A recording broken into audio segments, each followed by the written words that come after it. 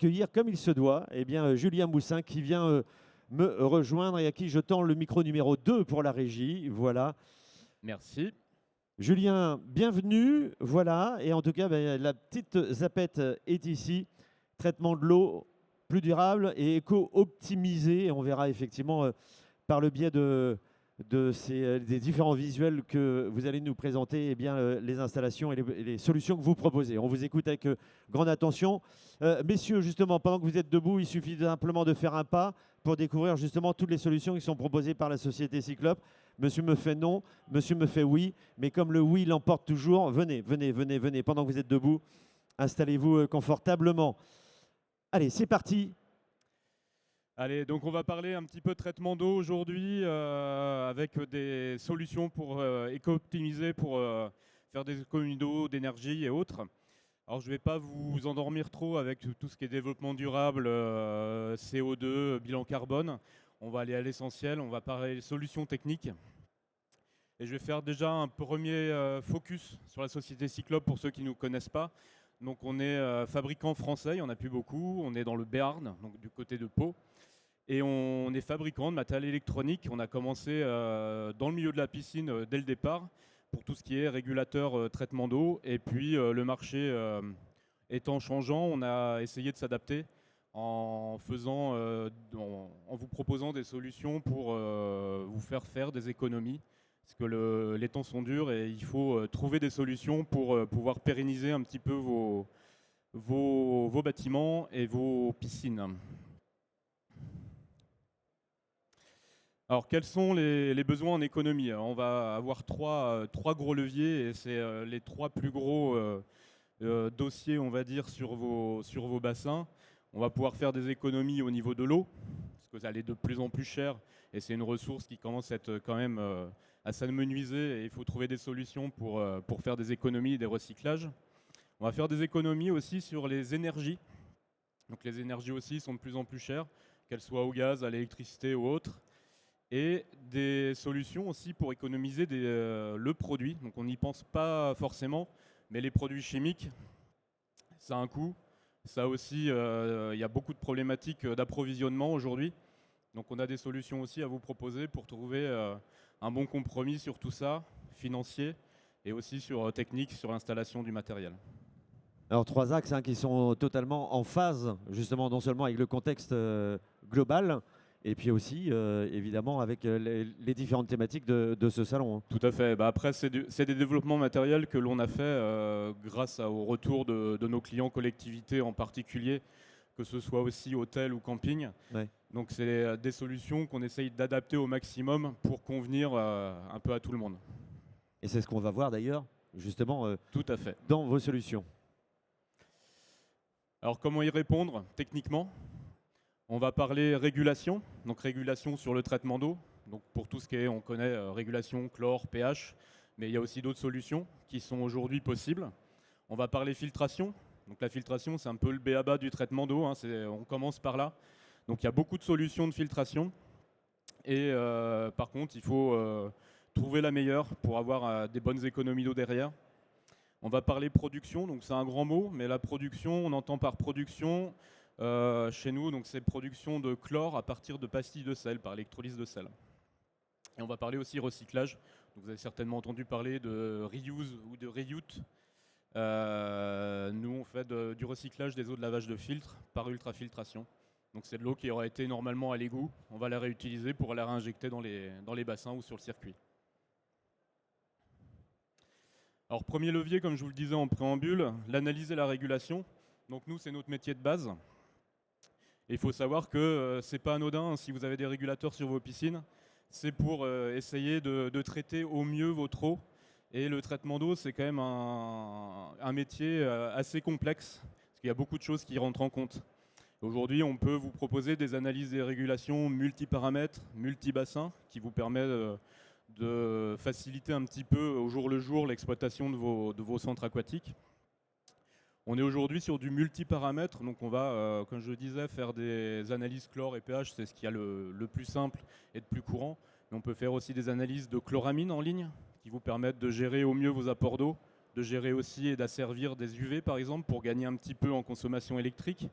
On peut faire des mesures de turbidité. Donc il y a une nouvelle norme qui est passée avec la FNOR aujourd'hui qui permet de positionner des mesures de turbidité sur les filtres pour connaître les rendements épuratoires de vos filtres, plutôt que de le faire par delta P comme on le fait aujourd'hui. On peut le faire par turbidité et ça permet de gagner un petit peu de longueur de temps sur l'utilisation des filtres sans faire de lavage de filtres. Donc c'est des choses qui existent aujourd'hui et c'est un petit peu notre métier de base. Donc ça fait 30 ans qu'on fait de la régulation sur le traitement d'eau. Donc on a quand même une grande expertise là-dessus. Hop. On n'a pas, il me semble qu'il manque des slides, mais c'est pas grave. Deuxième levier, les filtres à perlite. Donc là, comme je disais, la filtration, c'est en premier lieu l'aspect le plus technique sur le traitement d'eau. S'il n'y a pas de filtration, vous allez avoir du mal à faire du traitement d'eau et à garder votre eau saine sur vos bassins. Il y a plein de technologies qui existent. Bon, les plus répandues, c'est le filtre à sable, les filtres aussi à billes de verre qui sont un petit peu installés depuis une dizaine d'années maintenant. Il existe aussi des filtres à diatomée. Nous, on est parti sur des filtrations à perlite parce que ça vous permet de faire des très grosses économies d'eau, de l'ordre de 90%. Donc les 90% que vous voyez d'afficher, ce n'est pas usurpé. Vous faites vraiment 90% d'économies d'eau par rapport à une filtration classique à sable ou à billes de verre. Le principe, en fait, c'est que au lieu de faire un lavage de filtre tous les 3 jours ou une semaine, on va faire un lavage de filtre tous les mois. Et on va passer que 1,3 fois le volume du filtre tous les mois, au lieu de plusieurs centaines de mètres cubes sur certains filtres tous les quelques jours. On va faire aussi des économies d'énergie avec ces filtres-là, parce que vous avez une surface de filtration plus importante, et il faut moins de force pour l'eau à passer à travers les filtres. Donc beaucoup moins de consommation électrique et des pompes de gavage beaucoup moins importantes. Et des économies de produits, on est de l'ordre du micron à peu près en finesse de filtration, comparativement à des filtres à sable ou billes de verre, on est plutôt sur du 10 à 20 microns au niveau de la finesse. Donc ça permet de retenir beaucoup plus d'impuretés et du coup qu'elles se combinent moins dans le bassin avec le chlore pour créer d'autres sous-produits. Donc moins de consommation de produits chimiques aussi. Alors, je vais poser une question. Alors, peut-être que ça va être une question de novice, mais alors filtre à sable, ok, je vois. Voilà. Mais filtre à perlite, qu'est-ce que c'est que la perlite? Puisque, alors, je ne sais pas. Vous connaissez? Voilà, Madame. Alors, Monsieur, oui, il connaît, mais Madame, justement, ne connaît pas. Finalement, elle n'est pas si idiote que ça. Alors, ma question. Ouf. Donc la perlite, en fait, c'est de la roche volcanique qui est concassée et qui est sous forme de poudre. Donc c'est pour ça qu'on a une finesse de filtration très très fine. On est sur de la poudre, donc beaucoup plus fin que des petits agrégats de sable ou de billes de verre. D'accord. Ok, on comprend mieux, effectivement, quand on visualise effectivement le matériau. Bonne question. Oh, ouf. Donc une petite étude de cas où on a installé 3 filtres à perlite sur un site en région parisienne. Donc ils avaient donc c'est une réhabilitation. Ils avaient depuis le départ en fait 6 filtres à sable, donc classiques, en 2200 mm de diamètre. On les a remplacés donc, par 3 filtres perlite, donc 2 en 2200 de diamètre et 1 en 2050. Donc on a remplacé 6 filtres de 2200 de diamètre par 3 filtres à perlite en 2200 et 2050 de diamètre. Donc on divise pratiquement par 2 l'emprise au sol. Comme on a une plus grande surface de filtration, les filtres sont plus petits en diamètre et en emprise au sol. Du coup, donc ça permet de gagner pas mal de place. Et sur ce site-là, en fait, ils voulaient mettre une vraie CTA qu'ils n'avaient pas avant. Donc ça a permis de libérer de la place pour créer cette CTA et remettre un bac tampon en plus. Donc on a gagné vraiment beaucoup de place pour pouvoir remettre tout ça. Et ils ont fait des économies d'eau extrêmement importantes puisqu'ils étaient de l'ordre de 100 mètres cubes d'eau tous les 3 jours en consommation sur les lavages de filtres qui allaient à l'égout. En plus, on est sur de l'eau chauffée et chlorée. Et aujourd'hui, ces 100 mètres cubes d'eau, on n'y est plus du tout puisqu'on est plutôt sur 7 mètres cubes tous les mois. Donc au lieu de 100 mètres cubes tous les 3 jours, on est passé à 7 mètres cubes tous les mois. Ah, effectivement. Ce qui est énorme. Ah, oui. C'est pour ça que je vous disais les 90% qu'on voyait tout à l'heure en économie d'eau. C'est vraiment 90%. Et là, ça prend tout son sens, effectivement. Oui. Et comme je parlais donc sur l'introduction pour cette partie-là, donc des baisses des consommations énergétiques, puisqu'il faut beaucoup moins de puissance au niveau des pompes de circulation pour passer à travers le filtre, donc beaucoup moins de consommation électrique. Donc là, pour ceux qui sont un petit peu plus techniques, on voit une photo des filtres en eux-mêmes, donc c'est la partie grise, qui sont pilotés en fait par des vannes pneumatiques et un automate qui est livré avec le matériel. Donc là, on voit bien sur cette installation les 3 filtres qui sont installés en lieu et place des 6 filtres à sable que le client avait auparavant. Et le système a une automatisation. Il y a une automatisation qui existe par rapport au Tout à fonctionnement. fait, donc tout est automatisé. L'automate en fait gère les remises en suspension de la perlite et les réencollages, donc ça s'appelle un réencollage de la perlite, et aussi les lavages de filtres. Comme je vous disais tout à l'heure, on va faire un lavage de filtre à peu près tous les mois, où on va passer seulement 1,3 fois le volume du filtre. Donc ça équivaut à peu près, suivant le débit de filtration, entre 1 mètre cube et 2 mètres cubes par rapport suivant les filtres. Ok. Donc tout est automatisé, il y a une seule manipulation manuelle, c'est le fait de remettre de la perlite dans le filtre, où ça se fait avec un espèce d'aspirateur, comme un aspirateur à cendre en fait, où on vient aspirer la perlite dans un sac et la mettre dans le filtre. Ok, donc une facilité aussi de. Oui. Et ça une fois par mois, donc c'est pas non plus Absolument. très cassant. Alors ça c'est le deuxième axe. Hein, le deuxième axe, production. Donc la production. Donc je vous parlais que la production, pour nous, c'est la production de chlore in situ, par générateur et par électrolyse de sel. En fait, on vient créer une saumure dans un bac, une saumure saturée, qu'on vient aspirer. On passe à travers le système d'électrolyse. Donc le système d'électrolyse, c'est une cellule, c'est des plaques en fait en titane, où on vient mettre un fort courant. Et ce fort courant, sur la saumure, va créer de l'hypochlorite de sodium, en fait de la javel liquide, qu'on vient injecter après dans un autre bac, que l'on vient ensuite injecter par des pompes doseuses de façon classique, comme du chlore liquide que vous pouvez acheter dans le commerce, sauf qu'il est un petit peu plus dilué, donc on surdimensionne un petit peu les pompes doseuses. Donc ça permet de la diminution de consommation et d'approvisionnement de produits chimiques, puisque là vous n'approvisionnez plus du tout de base chlorée, alors qu'elle soit solide, gazeuse ou liquide. On va s'approvisionner en pastilles de sel à la place de tous les produits chimiques chlorés. On va avoir aussi une optimisation sur le pH, puisque le pH de la solution qui est produite, on est plutôt aux alentours de 8 de pH, alors que sur les bases chlorées du marché, on est plutôt aux alentours de 12. Donc on va avoir à peu près 20 ou 30% de consommation en moins sur le pH aussi. Une optimisation des approvisionnements, parce que bien sûr, là, vous pouvez vous faire livrer plusieurs palettes de pastilles de sel. Il n'y aura pas de souci, vous pourrez les stocker sans problème. Plutôt que de faire approvisionner de façon récurrente de la javel liquide, des bouteilles de chlore gazeux, du chlore solide en galet. Donc c'est beaucoup plus simple, un bilan carbone du coup optimisé, puisqu'il y a moins de transport au niveau de ces produits-là.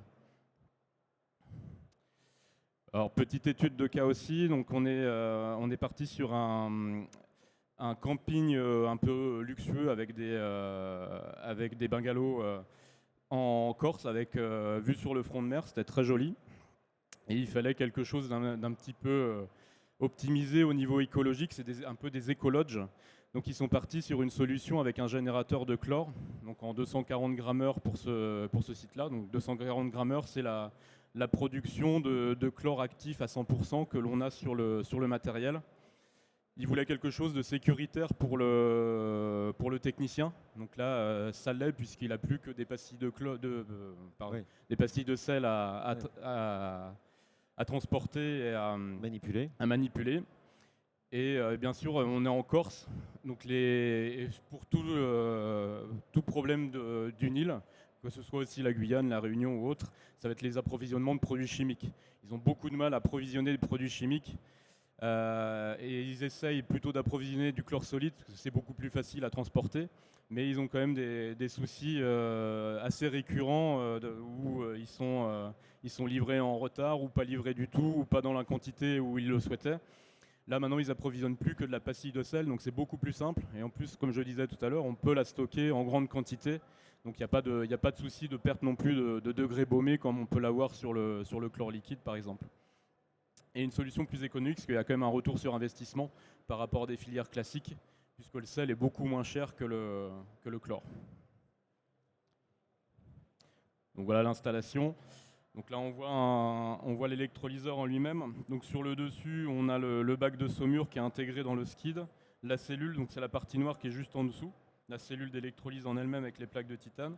Et après on vient injecter l'hypochlorite de sodium à l'arrière. On voit la petite pompe, la partie orange, qui vient pomper dans le bac pour injecter l'hypochlorite de sodium directement après dans le circuit. Et là, ce bassin est un grand bassin Alors le bassin, il fait de mémoire 25 par 10 à peu près. 25 par 10, d'accord. Ouais. Ok. Troisième axe. Donc troisième axe, le recyclage. Donc comme je vous disais, on parle beaucoup, alors c'est des mots un peu galvaudés, mais on parle beaucoup de reuse, reuse. Donc là on est en plein dedans. Donc là on vient réutiliser les eaux de lavage de filtre qu'on vient stocker dans une bâche au sale. On vient faire une phase de décantation. On aspire par une crépine flottante, on passe à travers l'ultrafiltration dont on voit la photo sur la slide. Donc c'est les faisceaux blancs que vous voyez à la verticale. Ce système d'ultrafiltration vient nettoyer, du coup c'est une filtration physique hein, avec des micropores, c'est des petites fibres avec des micropores, on vient faire une filtration externe, interne, et on vient réinjecter après l'eau assainie dans une bâche eau propre qu'on vient chlorer pour plus ou moins potabiliser. Et cette eau, on peut la réutiliser, soit pour les lavages de filtres à nouveau, soit pour réutiliser sur le circuit ou dans le bassin pour un apport d'eau, ou soit pour d'autres choses, en arrosage ou autre. Donc ça permet d'économiser de l'eau qui aurait été mise normalement à l'égout et qui est en plus souvent chlorée et chauffée. Donc on ajoute au prix du mètre cube le prix du chauffage pour chauffer le mètre cube, plus le prix de la chloration que vous avez eu. Donc ça fait quand même des coûts au mètre cube assez conséquents. Et là, on les réutilise. Donc c'est une perte beaucoup moindre pour l'exploitation sur vos sites. Donc ça permet donc une maîtrise des pertes d'eau et des apports d'eau neuve, puisqu'on va pouvoir faire des apports d'eau neuve directement avec cette eau qui a été réutilisée. Alors il y a une question. C'est le 3, pardon. Ça y est, non, ça marche. C'était au niveau régie, pardon. Ah oui, Oui, voilà. Est-ce que la totalité des eaux peuvent être recyclées? Alors non, parce qu'il y a une réglementation qui demande que pour pouvoir positionner ce genre de matériel, il faut que les premières eaux des lavages de filtres soient quand même mises à l'égout parce qu'elles sont quand même très chargées. Qui Donc représente ça représente, ça dépend des débits de filtration que vous avez, des diamètres de filtre, mais ça représente 1 ou 2 minutes qui vont être mises à l'égout sur le lavage de filtre. D'accord. Et après, en fait, on a à peu près 10%. Donc la première ultrafiltration, en fait, en volume d'eau, on est sur du 20 mètres cubes jour. On va perdre à peu près 10% pour les rétrolavages des membranes, donc 2 mètres cubes par jour de pertes qu'on va remettre à l'égout pour les lavages des membranes. D'accord. Donc c'est pas une réutilisation à 100%, on est plutôt de l'ordre de 80%. 90, 80. Ouais. Mais ça représente sur des gros sites, on va voir une étude de cas après, ça représente des volumes quand même assez conséquents sur certains sites. Et on a vu lors d'une intervention précédente que l'ultrafiltration effectivement a des vrais atouts effectivement en termes d'utilisation d'économie d'eau. Oui. Alors, petite question, au niveau des chloramines, parce qu'on sait qu'aujourd'hui les ARS sont assez sensibles au niveau des chloramines, notamment sur des bassins intérieurs, bassins d'hôtellerie, où on se retrouve des bassins, notamment je pense à des bassins sur Paris, où les piscines sont au 3e sous-sol, on a des problèmes de chloramine. Est-ce qu'avec ce système, justement, avec la reuse, on réduit aussi notre taux de chloramine? Alors non, malheureusement, parce qu'on est de l'ordre de la molécule. Donc là, on traite à 0,15 micromètres. Donc on est encore en dessous par rapport à ce qu'on avait en perlite. Mais on va abattre tout ce qui est bactéries et virus, qui commence quand même à être petit. Par contre, on n'abat pas au niveau moléculaire.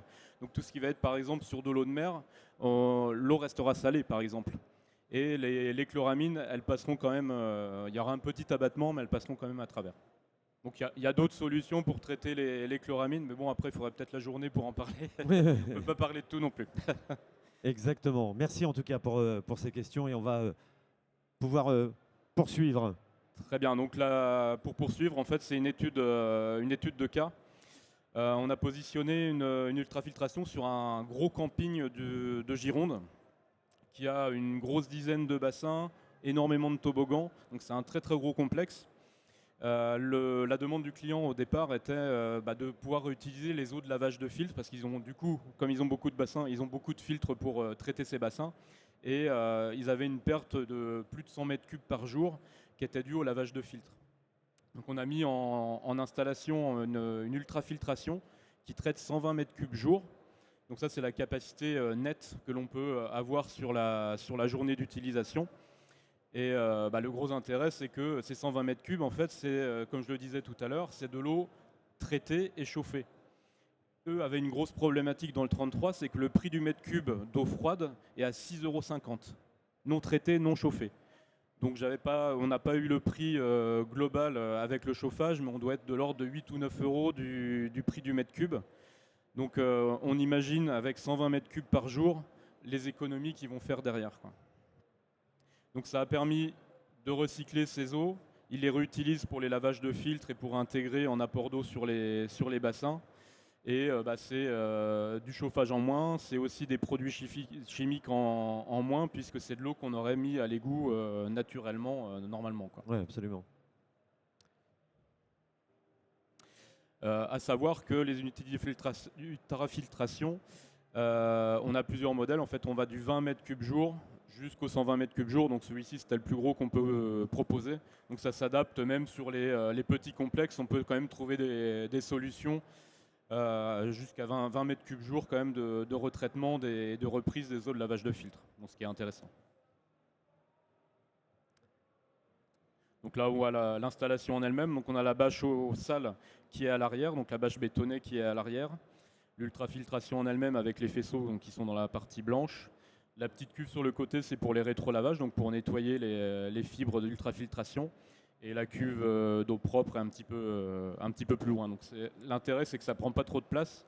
Ce qui prend le plus de place, c'est les cuves amont et aval.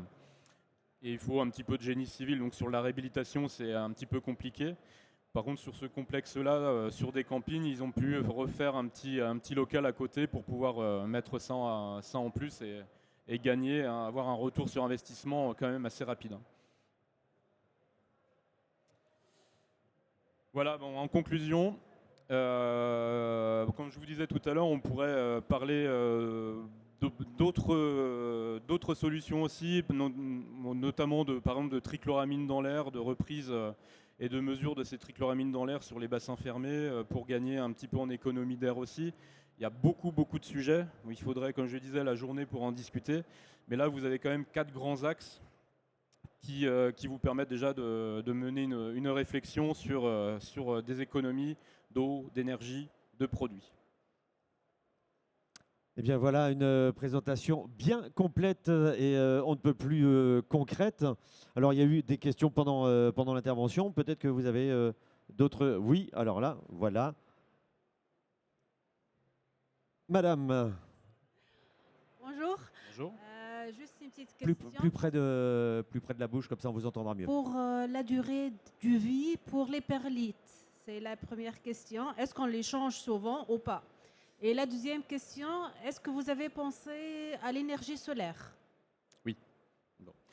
Voilà, oui, voilà, c'est la réponse. Merci, on se retrouve oui et non. après. Alors pour la perlite, c'est la durée de vie de l'utilisation de la perlite en elle-même. C'était ça.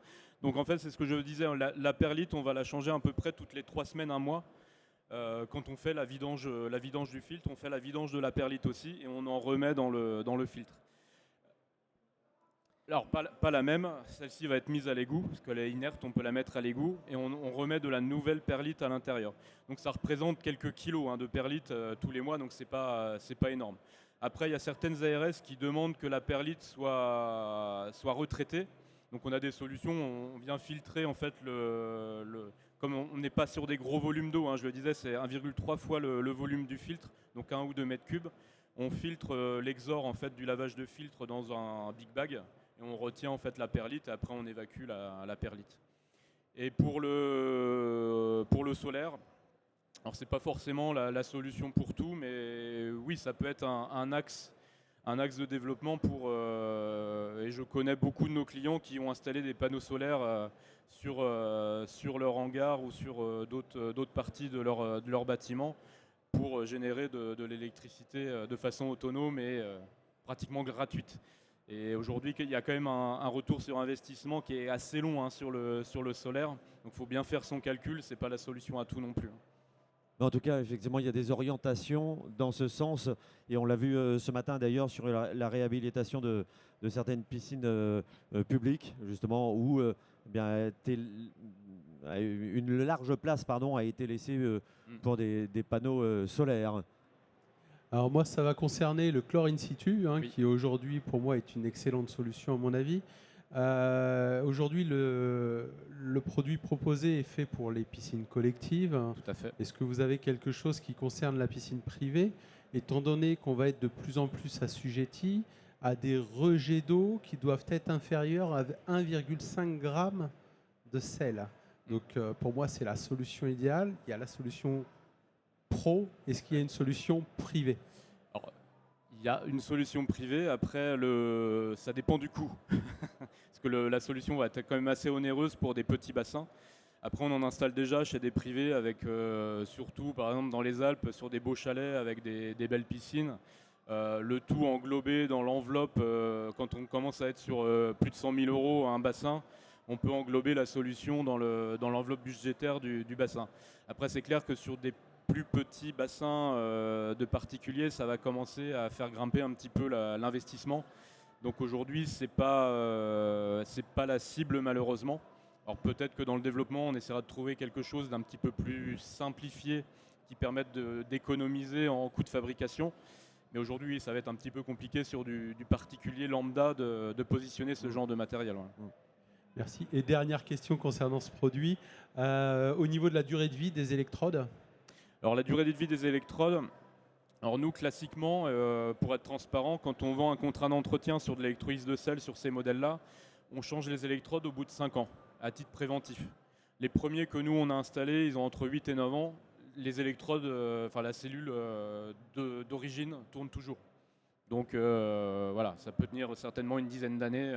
Et on le voit, c'est du titane hein, la matière.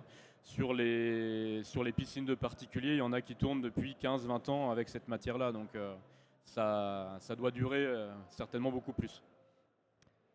Eh bien, efficacité, qualité, longévité, hein, voilà. En tout cas, je crois que la présentation a été on ne peut plus claire dans des conditions un petit peu délicates, parce qu'effectivement, en entendant la musique en fond, voilà, il faut. Ça a été encore. Voilà, ça a été encore. En tout cas, merci beaucoup. Alors, n'hésitez pas, hein, parlez-en autour de vous, justement, de ces solutions. Je voudrais qu'on rappelle simplement où vous êtes situé au niveau stand, numéro de stand. Oula, mince, dans le où hall suis-je 5, à l'entrée du hall 5, donc Voilà. vous ne pouvez pas nous louper, il y a un gros bandeau cyclope sur le plafond.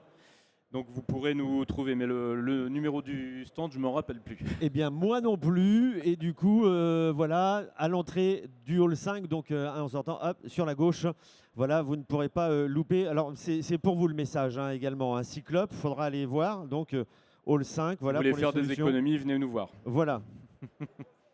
En plus, on est voisins. Piscinistes les plus oui. près de leur usine. Eh bien voilà, en bien. plus. Mais de toute façon, tout le monde connaît tout le monde. Voilà, c'est une grande famille. Merci beaucoup, Julien. Merci à vous. Merci infiniment, sous vos applaudissements, mesdames, messieurs, pour cette belle intervention. C'est bon, je m'en occupe. Merci. En tout cas, on arrive au terme de ces interventions du jour. Et on se donne rendez-vous à 9h30 demain matin, d'accord, pour la première intervention, justement. Et on voit des gens qu'on connaît, justement, et à qui on fait coucou ou pas. Enfin, voilà. Rendez-vous 9h30 demain matin, première intervention. Voilà, d'ailleurs, je vais pouvoir vous en parler puisque j'ai les petites notes. On va découvrir Céramiclear, une solution durable pour une expérience de baignade à faible teneur en chlore. Alors justement, hein, on parlait de chlore, de traitement d'eau, il y a encore quelques secondes. Et bien, on continuera justement puisque c'est un sujet prégnant. Voilà, des rendez-vous demain à ne pas louper.